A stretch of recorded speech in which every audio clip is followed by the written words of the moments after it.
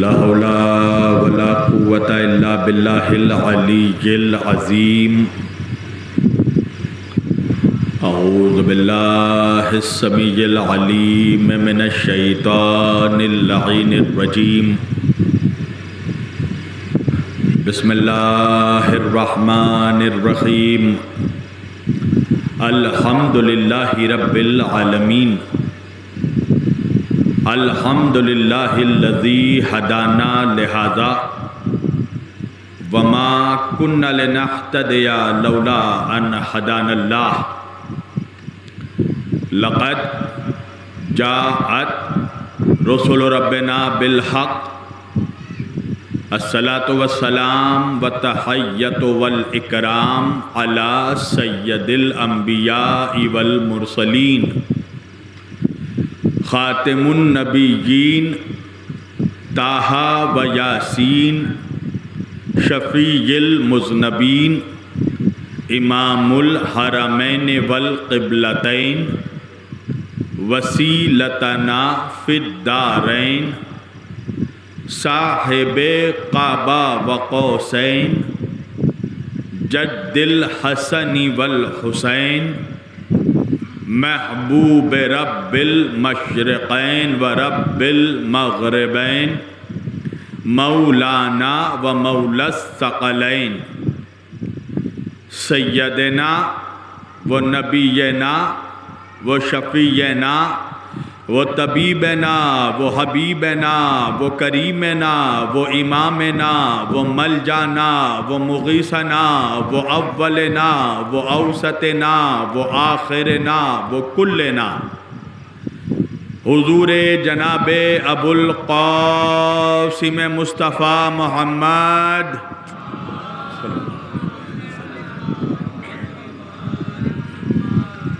وَأَهْلِ بَيْتِهِ الطَّيِّبِينَ الطَّاهِرِينَ الْمَعْصُومِينَ الْمَظْلُومِينَ الْمُنْتَخَبِينَ الْمُنْتَجَبِينَ الْغُرِّ الْمَيَامِينَ وَلَعْنَةُ اللَّهِ عَلَىٰ أَعْدَائِهِمْ أَجْمَعِينَ مِنْ لَيْلِنَا هَٰذَا إِلَىٰ قِيَامِ يَوْمِ الدِّينِ أَمَّا بَعْدُ فَقَدْ قَالَ اللَّهُ تَعَالَىٰ فِي الْفُرْقَانِ الْحَمِيدِ والمحکم کتابہ المجید وقولہ الحق بسم اللہ الرحمن الرحیم وسیعلم الذین ظلموا ای منقلبین ینقلبون صدق اللہ المولانا العلی العظیم وبلغنا رسولہ النبی الامین الکریم ونحن علی ذلک لمن الشاہدین والشاکرین والحمد للہ رب العالمین۔ ایک بار دیگر درود پڑھے سب مل کر محمد و اہل بیت محمد پر۔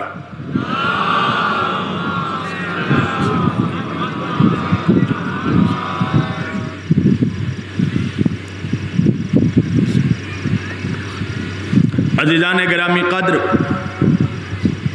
و عزیزان محترم و برادران ملت اسلامیہ، بندگان توحید و عاشقان رسول و اہل بیت رسول،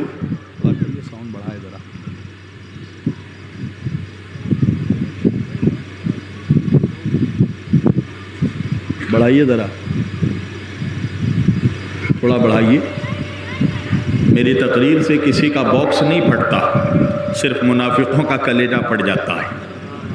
ایک صلوات پڑھیے محمد و آل محمد پر۔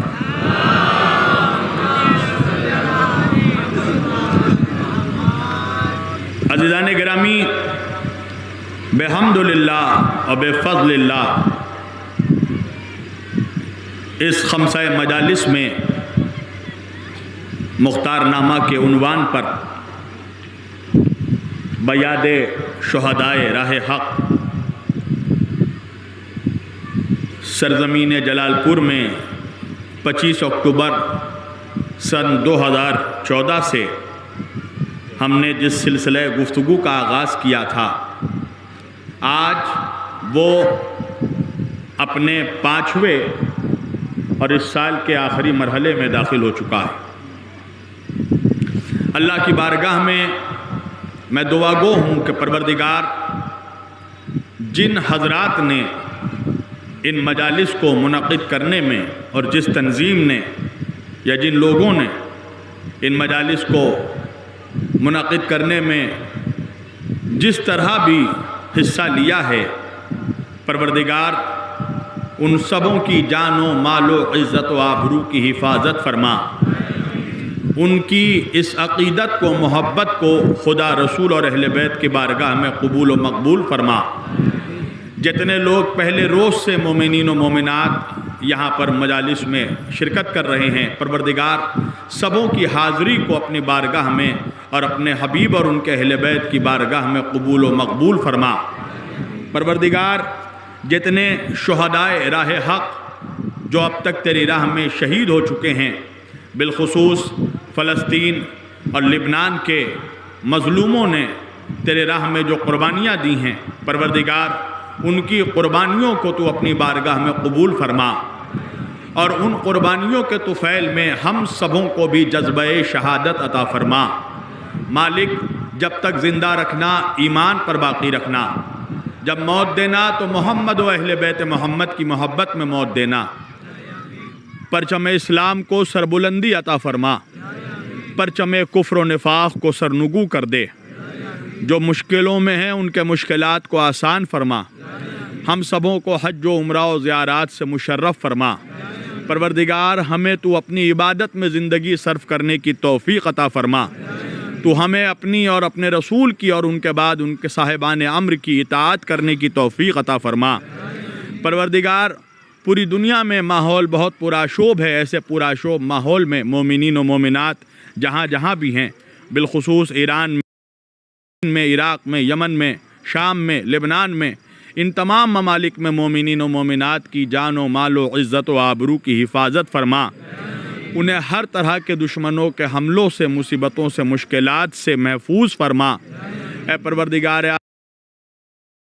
ہمارے سروں پر قائم و دائم رکھ، علماء حقہ کا سایہ عالم اسلام پر قائم و دائم رکھ، بالخصوص پروردگار آیت اللہ سید علی خامنائی کا سایہ اور آیت اللہ سستانی کا سایہ تا وقت ظہور امام زمانہ علیہ السلام ہمارے سروں پر قائم و دائم رکھ۔ ایران کو، حزب اللہ کو، انصار اللہ کو، حماس کو، عراق، یمن، فلسطین، لبنان، ایران کے مجاہدین کو، اپنے دشمنوں پر بالخصوص امریکہ اور اے پروردگار امریکہ اور اسرائیل کے ظالموں پر اور ان کے ساتھ دینے والوں پر اے اللہ تو اپنی لعنت فرما۔ اے میرے مالک انہیں نیست و نابود کر دے۔ اے پروردگار پرچم اسلام کو سربلندی کر دے، پرچم کفر و نفاق کو سرنگو کر دے۔ آخر میں یہی دعا ہے پروردگار تجھ سے کہ جلد از جلد وقت کے حجت کے ظہور میں تعجیل فرما، ہمیں ان کے مخلص غلاموں میں ناصرین میں شمار فرما۔ ایک بلند آواز سے درود پڑھے سب مل کر محمد و آل محمد پر۔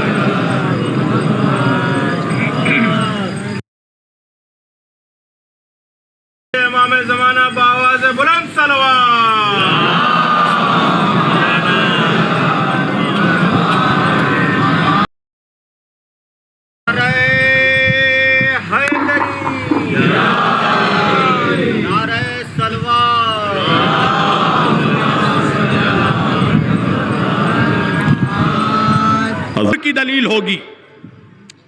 جب یہ دلیل جناب مختار نے سنی تو جناب مختار نے فوراً کہا لعنت ہو شیطان رجیم پر جو اپنی سیاست کی وجہ سے خانہ کعبہ کی تقدس کا بھی خیال نہیں کرتا۔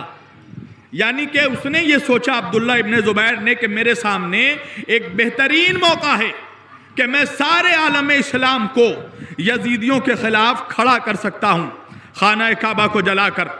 اور اس وقت لوگوں کا یہ کہنا تھا، خوارج بھی یہ کہہ رہے تھے، چونکہ خوارج جناب مختار نے خوارج کو کہا تھا کہ تم اسی جگہ حسین ابن نمیر کے لشکر کے مقابلے پر تم کھڑے رہنا، مگر یہ سارے خوارج جو تھے چونکہ یہ ہمیشہ سے غدار رہے، دھوکے باز رہے، دغاباز رہے، تو ہوا وہی کہ خوارج جو ہے میدان چھوڑ کر واپس آ گئے۔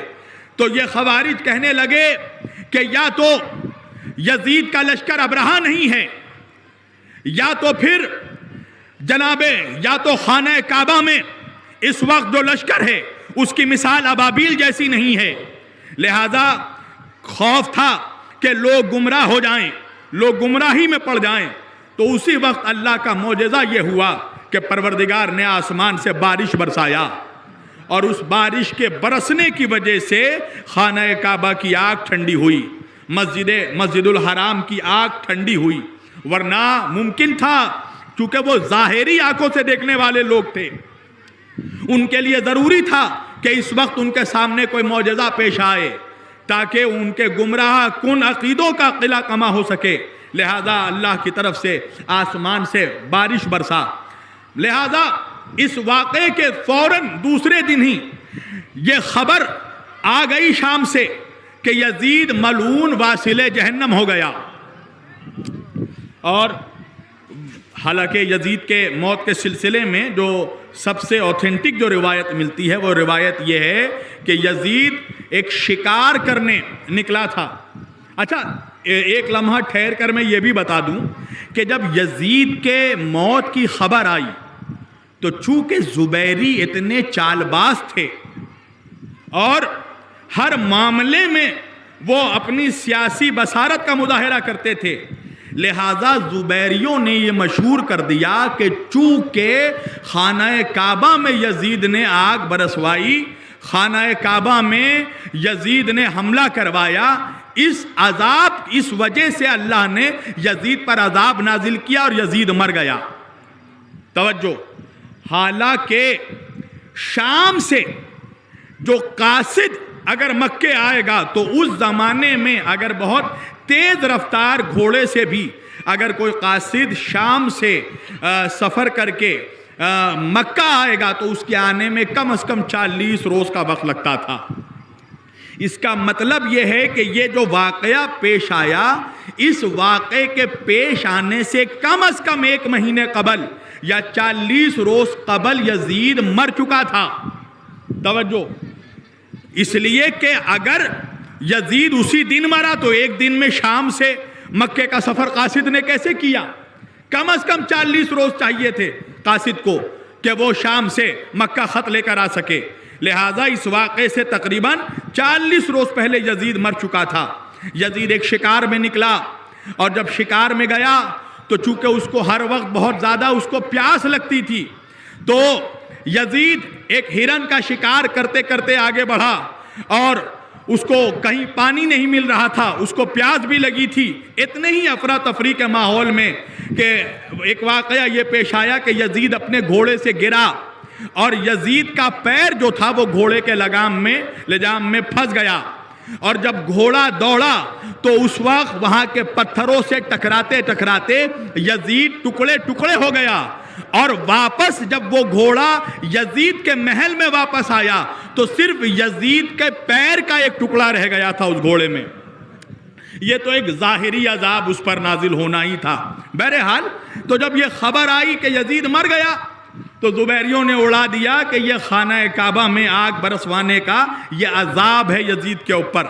بہرحال اس کے بعد خود لشکر یزید میں اتنی افراتفری پھیل گئی اور لوگ اتنے زیادہ بدظن ہو گئے کہ اس کے سپاہی بھی یہ سوچنے لگے کہ شاید خانہ کعبہ میں آگ برسانے کا یہ عذاب ہے، اور اگر اس وقت ہم نے توبہ نہیں کی اور اب بھی اگر ہم لشکر یزید میں شامل رہیں تو ممکن ہے کہ یزید کے ساتھ ساتھ ہم بھی عذاب کے گھیرے میں آ جائیں. توجہ کیجئے گا عزیزان گرامی. لہذا اس وقت حسین بن نمیر نے جب یہ افراتفری دیکھی تو اس نے اپنے لشکر کے سرداروں کی میٹنگ بلائی اور ان سرداروں میں اس نے کہا کہ میرے سرداروں میں کون ہے یہاں پر، کون ہاتھ اٹھائے کہ جو لوگ اب بھی جنگ کرنے کے لیے آمادہ ہیں. تو صرف 1 یا 2 سردار نے اپنے ہاتھ کھڑے کیے.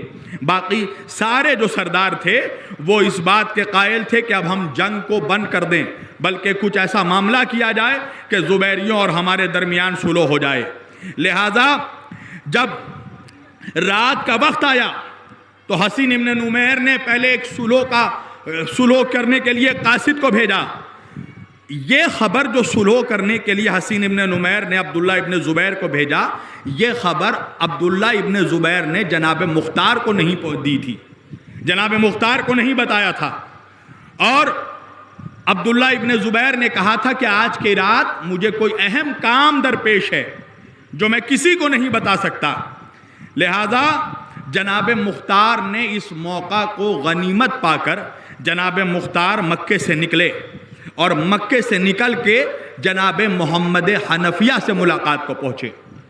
اچھا، یہ میں پہلے بتا دوں کہ جب جناب مختار مکے کی طرف آ رہے تھے تو جناب مختار نے اس وقت جناب محمد حنفیہ سے ملاقات کی تھی اور ملاقات کرنے کے بعد جناب مختار نے قاتلان حسین سے انتقام کے لیے اجازت مانگی تھی، مگر دبے لفظوں میں جناب محمد حنفیہ نے جناب مختار سے اس وقت کہا تھا کہ مختار، ہم علی کے شیعہ ہیں، ہم علی کے چاہنے والے ہیں، اور چاہنے والا جو ہوتا ہے تابع ہوتا ہے.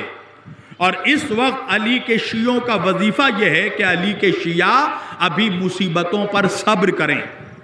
لہذا اسی وجہ سے جناب مختار مکے چلے آئے.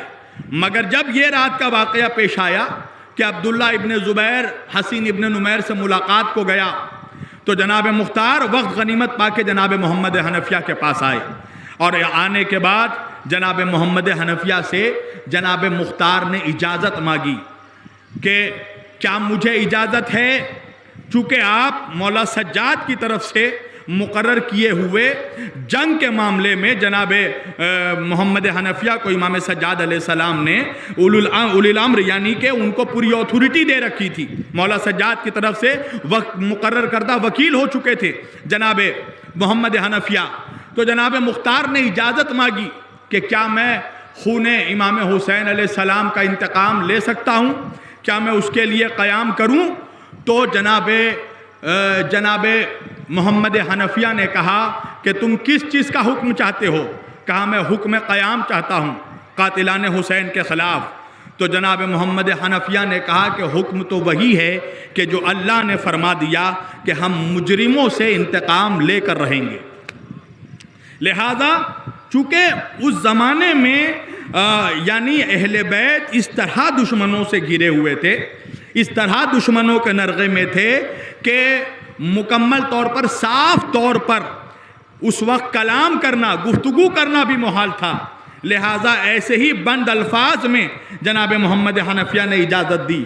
جناب مختار سمجھ گئے کہ ان کو اجازت ملی. بہرحال اس کے بعد آگے روایتیں ہیں کہ انہوں نے ان کے پاس خط بھی تھا جناب محمد حنفیہ کا، جو ہم انشاءاللہ ابھی تھوڑی دیر بعد آگے بیان کریں گے. تو جناب مختار جب مکے میں تھے، جب یہ واقعہ پیش ہو گیا تو عبداللہ ابن زبیر نے ایک میٹنگ بلائی تھی. اس میٹنگ میں جناب مختار بھی شریک تھے. تو تمام اپنے وزراء کے سامنے عبداللہ ابن زبیر نے یہ اعلان کیا کہ جس طرح مختار نے ہم سے بیعت کے لیے شرط رکھی تھی کہ مختار کو ہم عراق عرب کی حکومت دیں گے، تو آج میں اپنا وعدہ پورا کر رہا ہوں.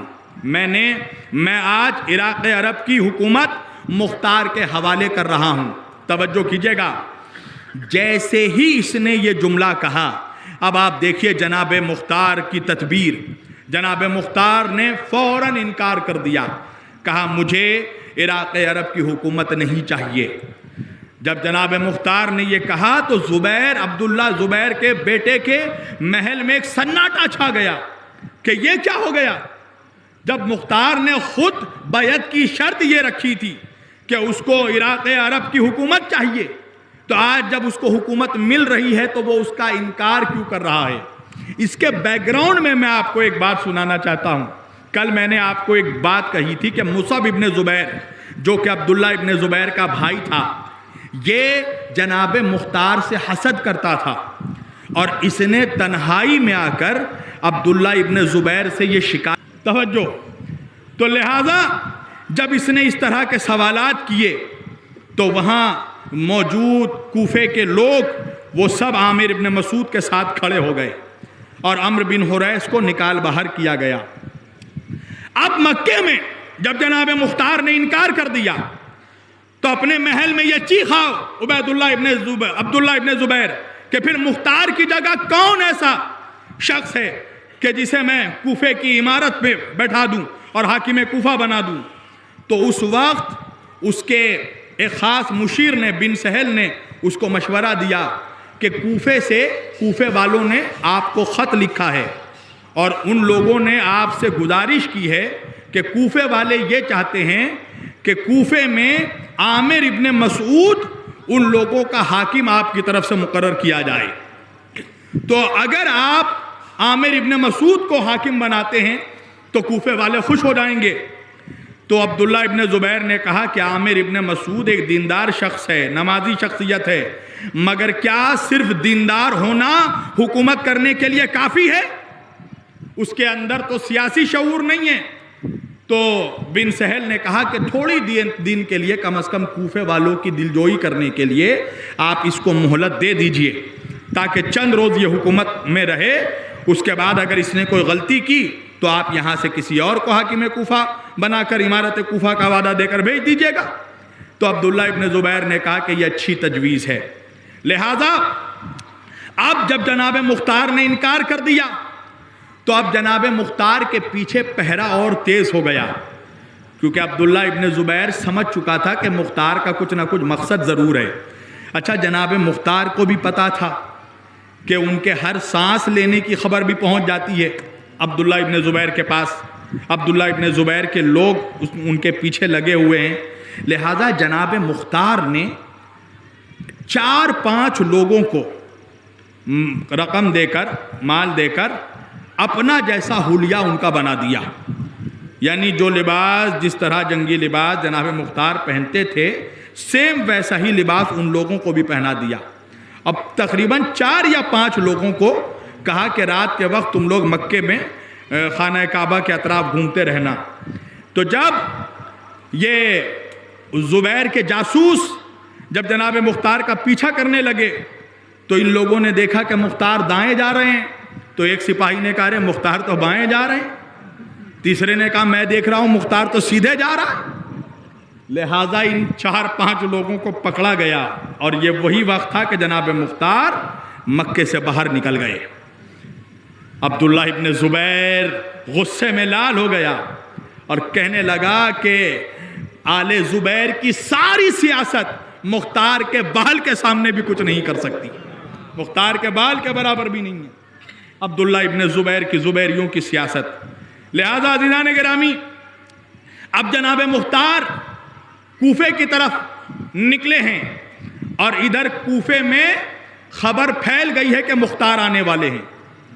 اچھا، یہ وہ دور ہے جب اس عامر ابن مسعود حاکم کوفہ بن چکا ہے، اور جیسے ہی یہ حاکم کوفہ بنا تو جتنے قاتلان حسین تھے، بالخصوص شمر اور عمر ابن سعد، یہ لوگ آئے، چونکہ یہ پہلا زبیری حاکم تھا کوفے کا، تو یہ لوگ آئے اور آ کر یہ لوگ کہنے لگے کہ ہم آپ کی بیعت کرنا چاہتے ہیں۔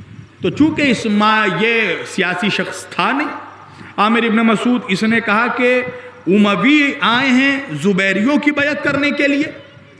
تو عمر ابن سعد نے کہا کہ ہم نے سنا ہے کہ عبداللہ ابن زبیر بہت متقی شخص ہے، پرہیزگار شخص ہے، شریعت کا پابند ہے، لہٰذا ہم لوگوں نے یہ ضروری سمجھا کہ اب ہم لوگ عبداللہ ابن زبیر کی بیعت کریں۔ یزید نے ہمیں کافی دنوں تک رے کی حکومت کی لالچ میں دھوکہ دے رکھا ہے، اور اسی لالچ میں اس نے میرے ہاتھوں ایک بہت بڑا کارنامہ کربلا کے میدان میں دشت نینوا میں مجھے اہل بیت رسول کے خلاف کھڑا کروا دیا، اور میرے دامن کو خون اہل بیت رسول سے اس نے داغدار کر دیا، لہذا اب ہم آئے ہیں تاکہ آپ لوگوں کی بیعت کریں۔ تو عامر ابن مسعود نے کہا کہ اگر آپ لوگ اپنی جان کے خوف میں بیعت کرنے آئے ہیں تو بہتر ہے کہ بیعت مت کیجیے، ورنہ اگر صدق دل سے بیعت کرنے آئے ہیں تو میرا ہاتھ حاضر ہے۔ بہرحال ایک سے ایک منحوس تھے، سامنے والا منحوس ہے تو یہ ابن منحوس ہے، تو بہرحال ان لوگوں نے بیعت کی۔ تو ان لوگوں کو عامر ابن مسعود نے یعنی زبیریوں کی پناہ دے دی۔ اب یہ وہی وقت تھا کہ جب سلیمان ابن سرد خدائی انہوں نے شیعوں کی ایک بڑی تعداد کو، سرداروں کو اپنے گھر میں بلانے کے بعد ایک مرتبہ انہوں نے اعلان کیا کہ ہم لوگوں کی وجہ سے اور ہم لوگوں کی نااہلی کی وجہ سے، ہم لوگوں کی حماقت کی وجہ سے ذرا دیر کر رہے ہیں، عجلت سے کام نہیں لے رہے ہیں۔ تو بن یزید جو ہے یہ تقریباً 30,000 دینار کے ساتھ، سونے کے دینار کے ساتھ جناب سلیمان ابن سرد خدائی کے پاس آیا اور آ کر کہنے لگا کہ عبداللہ ابن زبیر کی طرف سے یہ حقیر رقم آپ اپنے عظیم مقصد کے لیے قبول فرمائیے، اور میری آپ سے گزارش ہے کہ فوراً آپ لوگ کوفے سے باہر نکلیں، اس لیے کہ ہم لوگوں کو یہ خبر ملی ہے کہ عبید اللہ ابن زیاد اپنا لشکر لے کر عین الوردہ میں پڑاؤ ڈال چکا ہے، جو کہ اس نے جھوٹ کہا تھا۔ ابھی عبداللہ ابن زیاد کا، عبید اللہ ابن زیاد کا لشکر پہنچا نہیں تھا عین الوردہ، مگر اس نے ان لوگوں کو وسوسہ کر کر، جھوٹ بول کر جناب سلیمان ابن سرد خدائی کو مجبور کر دیا کہ وہ طواب کا لشکر لے کر کوفے سے باہر عین الوردہ کی طرف نکل جائیں۔ اب جب یہ لشکر عین الوردہ کی طرف نکلا تو طوابین کا آدھا لشکر جو تھا اس نے ساتھ چھوڑ دیا جناب سلیمان ابن سرد خدائی کا، یہ جاننے کے بعد کہ سلیمان ابن سرد خدائی کا مقصد صرف مرنا ہے، اپنی جان دینا ہے، شہادت پانا ہے، اس نے غسل شہادت کر لی ہے، لہذا آدھا لشکر جناب سلیمان کا ساتھ چھوڑ گیا۔ تو اس وقت رفحہ ابن شداد نے راستے میں کہا کہ میں آپ سے اسی لیے کہہ رہا تھا کہ کوفے والوں کا کوئی اعتبار نہیں ہے، میں آپ کو کہہ رہا تھا کہ آپ مختار کو خط لکھ بھیجئے، اگر مختار اس وقت بھی ہمارے پاس آ جائے تو مرجانہ کے بیٹے کے ہیلوں کا مقابلہ کوئی کر سکتا ہے تو وہ صرف مختار کر سکتا ہے۔ لہذا سلیمان ابن سرد خدائی نے ایک خط لکھا اور خط جناب مختار کے حوالے کیا۔ اب جب یہ خط پہنچ رہا ہے کوفہ تو سمجھ لیجئے کہ طواب کوفے سے خالی ہو چکے ہیں، طوابین کا لشکر کوفے سے باہر تقریباً 4,000 کی تعداد میں طوابین کا لشکر نکل چکا ہے عین الوردہ کی طرف۔ اب یہ خط جناب مختار کے پاس پہنچتا ہے، تو جب تک خط نہیں آیا تھا تب تک تو جناب مختار کے پاس ایک موقع تھا کہ ہم طواب کے ساتھ اس لیے نہیں گئے کہ سلیمان نے ہمیں بلایا ہی نہیں، مگر جب خط آ گیا تو اب وہ جگہ نہیں ہے، خولی کوفے میں ہی ہے، تو اس لیے یہ لوگ بار بار تحقیق کرنے کے لیے خولی کے گھر میں دھاوا بولتے تھے۔ تو خولی کی جو پہلی بیوی تھی وہ مومنہ تھی، شیعان علی میں سے تھی، مولا علی کی چاہنے والیوں میں سے تھی، اور جو دوسری بیوی تھی وہ رقاصہ تھی جس سے اس نے شادی کی تھی خولی نے۔ تو جب جناب بن کامل شاکری جب داخل ہوئے اس کے گھر پر تو جو رقاصہ تھی اس نے کہا کہ بار بار آپ لوگ چلے آتے ہیں غیر محرم ہو کر ہمارے گھر پر، بتا تو دیا خولی نہیں ہے گھر پر۔ تو جناب بن کامل شاکری نے ان کی پہلی بیوی کی طرف دیکھا جو بیٹھی ہوئی ہیں کونے میں، تو جناب بن کامل شاکری نے ان کی پہلی بیوی سے کہا کہ بی بی آپ بتائیے یہ کہاں ہے خولی؟ تو جناب ان کی پہلی بیوی جو تھی مومنہ، انہوں نے کہا کہ جب آپ پہلی دفعہ آئے تھے گھر پہ دھاوا بولنے اس وقت بھی خولی گھر میں ہی موجود تھا، خولی کہیں گیا ہی نہیں۔ تو جناب بن کامل شاکری نے کہا تو خولی کہاں ہے؟ تو وہ زوجہ خولی نے جو مومنہ تھی انہوں نے تنور کی طرف اشارہ کیا۔ تو جب جناب بن کامل شاکری تندور کے پاس گئے تو جا کر کیا دیکھا کہ تندور کے اوپر میں یہ منحوس جو ہے ہاتھ پیر لگائے کھڑا ہے. تو جناب بن کامل شاکری نے تنور میں نیچے سے آگ لگا دی. اب جب آگ لگائی اور اس کی جلن جب اس منحوس کو پہنچی تو یہ جلدی گھبرا کے گرا اور جناب بن کامل شاکری نے اس کو گرفتار کیا اور گرفتار کر کے اسے لایا گیا جناب مختار کے دربار میں.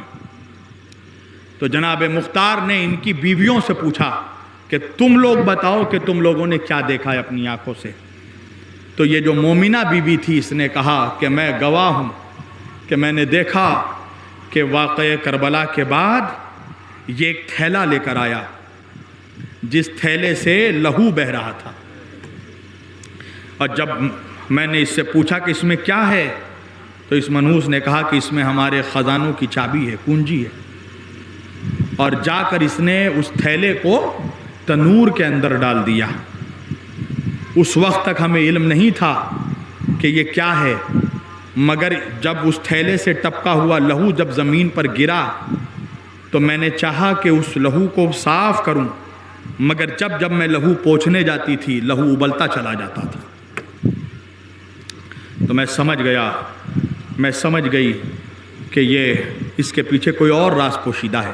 تو جناب مختار نے اس کی دوسری بیوی سے پوچھا کہ تو نے کیا دیکھا ہے؟ کہا کہ جب مجھے یہ پتہ چلا تو آپ کے آنکھ میں آنسو آنا چاہیے، اس لیے کہ آپ نے سنا ہے نا کربلا میں قاسم کو تقسیم کر دیا گیا. آپ نے سنا ہے نا کہ کربلا میں ایک بچے کے گلے کو ویسے نہر کر دیا گیا جیسے قصائی اونٹ کو نہر کرتا ہے. مگر سوچئے عزاداروں کہ آپ کا جب سن کر یہ حال ہے تو اللہ جانے اس بیمار امام پر کیا گزری ہوگی جس نے اپنے بابا کے گلے پر چھری چلتے دیکھا ہو. اس بیمار امام پر کیا گزری ہوگی جس نے اپنے بھائیوں کو ذبح ہوتے دیکھا ہو. مختار نے تو صرف کٹا ہوا سر دیکھا تھا، سجاد نے تو سر کو کٹتے ہوئے دیکھا. مولا سجاد پہ کیا گزری ہوگی. اس لیے کربلا کے بعد کبھی کسی نے میرے بیمار امام کو مسکراتے نہیں دیکھا. میرا چوتھا امام اگر کسی قصاب کے دکان کے پہلو سے گزر جاتا تھا تو قصائی گوشت پر پردے ڈال دیتا تھا. ایک روز مولا سجاد ایک قصائی کے دکان کے پہلو سے گزر رہے تھے. قصائی نے مولا سجاد کو دیکھا، گوشت کے ٹکڑوں پر پردہ ڈال دیا. ایک خریدار نے پوچھا کہ اے بھائی وہ کون ہے جسے دیکھ کر تو نے گوشت پر پردہ ڈال دیا؟ تو قصائی نے کہا کہ وہ ہمارا امام ہے، وہ حسین کا مظلوم بیٹا ہے، اس نے وہ گوشت کے ٹکڑے نہیں دیکھ سکتے. کہا وجہ کیا ہے؟ کہا میرے مولا نے کربلا میں اپنے بھائیوں کے گوشت کے ٹکڑے بکھرے دیکھے. اجرکم من اللہ. ہاں عزادارو، کربلا کے بعد سجاد صرف روتے رہتے تھے. کسی نے کہا مولا ہر وقت کیوں روتے ہیں؟ کہا بھائی تو نے انصاف نہیں کیا. یعقوب کا ایک یوسف کھو گیا تھا، روتے روتے آنکھیں سفید ہو گئی. ارے میرے 18 یوسف. اجرکم من اللہ. عزادارو، ایک مرتبہ منہال نے پوچھا مولا سب سے زیادہ مصیبت کہاں آئی؟ میرے بیمار امام نے 3 مرتبہ فرمایا الشام الشام الشام. پوچھنے والے نے پوچھا مولا آپ کے بابا کا سر کربلا میں کٹا، مولا اصغر کے گلے کو نہر کربلا میں کیا گیا، مولا قاسم کربلا میں تقسیم ہوئے، مولا شام میں کیا ہوا؟ ایک مرتبہ سید سجاد نے کہا بھائی تو نے انصاف نہیں کیا. ارے راہ خدا میں سر کٹانا ہماری میراث ہے، سینوں پر نیزہ کھانا ہماری وراثت ہے، مگر ماں بہنوں کا پسے گردان ہاتھ بندھے بازار میں پھرائے جانا. اجرکم من اللہ. اللہ آپ کو کوئی غم نہ دے سوائے غم حسین. اللہ جانے سید سجاد پر کیا گزری ہوگی. ہاں عزادارو، سجاد نے کیسے دیکھا ہوگا جب سجاد کے سامنے 4 سال کی سکینہ کو تماچے مارے جا. بس 2 منٹ میں نے مصائب تمام کرو. عزادارو، جب یہ قافلہ کوفے سے گزر رہا تھا نا تو امام حسین کا سر بریدہ جس نیزے پر تھا وہ نیزہ زمین پر گڑ گیا. قافلہ رک گیا. ایک مرتبہ شمر اپنی سواری سے اترا، اب پوچھنے لگا کیا بات ہے، قافلہ کیوں رک گیا؟ کہا حسین کا سر بریدہ آگے نہیں بڑھتا، حسین کا نیزہ زمین پر گڑ گیا ہے۔ عزادارو سنیں گے، شمر ملعون امام حسین کے کٹے سر کے پاس نہیں آیا، ایک مرتبہ کوڑا نکالا، میرے بیمار امام کے قریب آیا، میرے بیمار امام کے پشت پر کوڑے مارنے۔ سجاد نے تڑپ کر کہا ظالم کوڑے کیوں مارتا ہے؟ شمر نے کہا تیرے بابا کا سر آگے نہیں بڑھ رہا ہے، چل کر حسین سے پوچھ حسین آگے کیوں نہیں بڑھتا۔ عزادارو سنیں گے آپ، ایک مرتبہ بیمار بیٹا باپ کے کٹے سر کے قریب آیا، بابا آگے کیوں نہیں بڑھتے؟ ارے کٹے سر سے آواز آئی سجاد تجھے کوڑے کھاتا میں بھی نہیں دیکھ سکتا، مگر میں کیا کروں،